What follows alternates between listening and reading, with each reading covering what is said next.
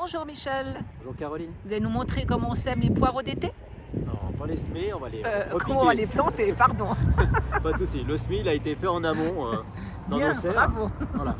Donc le poireau d'été, c'est comme le poireau d'hiver, hein. La plantation est exactement la même. D'accord, D'accord. Ce qu'il va falloir penser, c'est l'espace que vous avez besoin pour le poireau. Il faut bien se dire qu'un poireau, quand vous le plantez, généralement, vous avez une jeune plante. Et quand vous l'imaginez en taille adulte, un poireau, on va être à peu près à cette hauteur-là et ça prend cet espace-là. Donc il faut bien se dire que planter des poireaux puis les coller très, très serrés, c'est pas bon.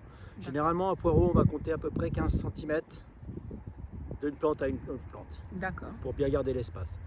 Une chose qui est importante, c'est d'avoir une motte qui soit bien humide. D'accord. Hein, ne jamais, d'ailleurs en règle générale pour toutes les plantes, on ne rempote jamais, on plante jamais une plante qui a la motte sèche. Est-ce qu'on peut les mettre dans un petit bain avant de les Alors, idéalement, planter? si la motte est sèche, vous les arrosez avant. D'accord, Vous attendez quelques minutes, ça va s'égoutter tranquillement et puis la motte, une fois qu'elle est mouillée, vous pouvez la rempoter, la D'accord. planter ou la rempoter.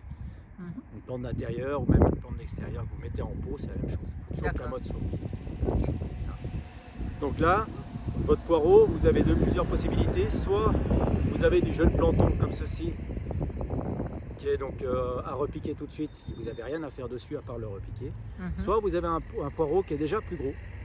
Ça arrive souvent où les poireaux sont à peu près de la taille du petit doigt. D'accord, Et à ce moment-là, il faudra couper une partie des feuilles en haut d'accord, pour limiter l'évaporation de la plante. d'accord, On le fait uniquement si les tiges sont déjà grosses. d'accord. Quand elles sont à ce stade-là, vous C'est n'avez pas absolument nécessaire. rien à faire. La nature va faire en sorte que la plante se développe toute seule. D'accord, Donc, parfait. une fois que vous avez arrosé, vous êtes sûr que vous avez les mottes sèches, les poireaux, vous allez les planter sur une ligne.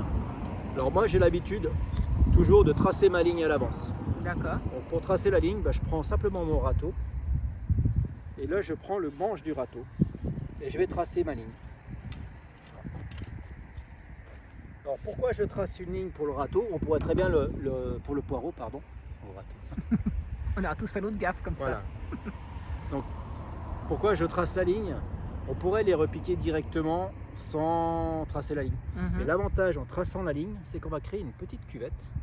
Et quand on va arroser après la plantation, ou même si on doit arroser par la suite, cette petite cuvette va permettre de garder l'eau à la base et favoriser l'enracinement, D'accord, tout simplement. intéressant. Ok. Voilà.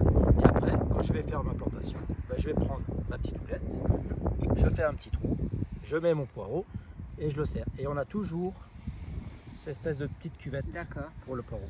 puis Et là, mes au 15 niveau- cm. Très bien. Tout Et puis simplement. au niveau de l'enfoncement du poireau, pour avoir ce fût blanc, il y a quelque chose de spécifique à faire ou... Alors non. Non. Ce qu'il faut bien faire attention, voilà. La mode c'est un petit peu d'effet, donc on voit bien la structure du poireau. Vous avez le calice sur lequel partent toutes les racines. Donc le calice, lui, doit être légèrement en terre. D'accord, Ne jamais enterrer complètement le poireau. d'accord, C'est vraiment juste le petit bulbe qu'on voit à la surface, le tout petit renfoncement qu'on voit, qui d'accord, lui peut être sous terre, le reste il n'y a pas besoin. d'accord. Il y a certaines personnes disent qu'il faut les enterrer ou les buter, Oui, bien les buter sur... ouais, mais ça sert strictement à rien. D'accord, En fait, le fût blanc, il va se faire naturellement, surtout sur le poireau d'été, parce que le poireau d'été, lui, c'est ce qu'on appelle des longs fûts, qui sont des très grandes tiges. Et le blanc, en fait, il est simplement caché sous les feuilles vertes. Ah d'accord, ok. Il n'y a pas besoin de blanchir. D'accord, donc le fût blanc, C'est il ne va pas naturel. être visible au fait. On le verra quand on enlève les premières couches de feuilles, c'est ça? Quand on enlève les premières feuilles, vous avez le D'accord. fût blanc dessous. Mhm. En fait, à l'extérieur, on est vert. Pourquoi? Parce qu'il y a la lumière, il y a la chlorophylle qui se développe. D'accord, Et à l'intérieur, il n'y a pas de chlorophylle parce qu'il n'y a pas de lumière. d'accord, C'est tout. C'est uniquement ça. d'accord. Puis c'est idem aussi pour le poireau d'automne? Il ne faut C'est pas là. l'enterrer Il n'y a pas besoin. vraiment? D'accord, Vraiment pas besoin. d'accord. Ce Très bien. qu'on fait, en fait, on voit des fûts très blancs dans le commerce. Pourquoi? Parce qu'ils ont été épluchés. Ah d'accord, très bien. Voilà. Parfait. Merci beaucoup Michel.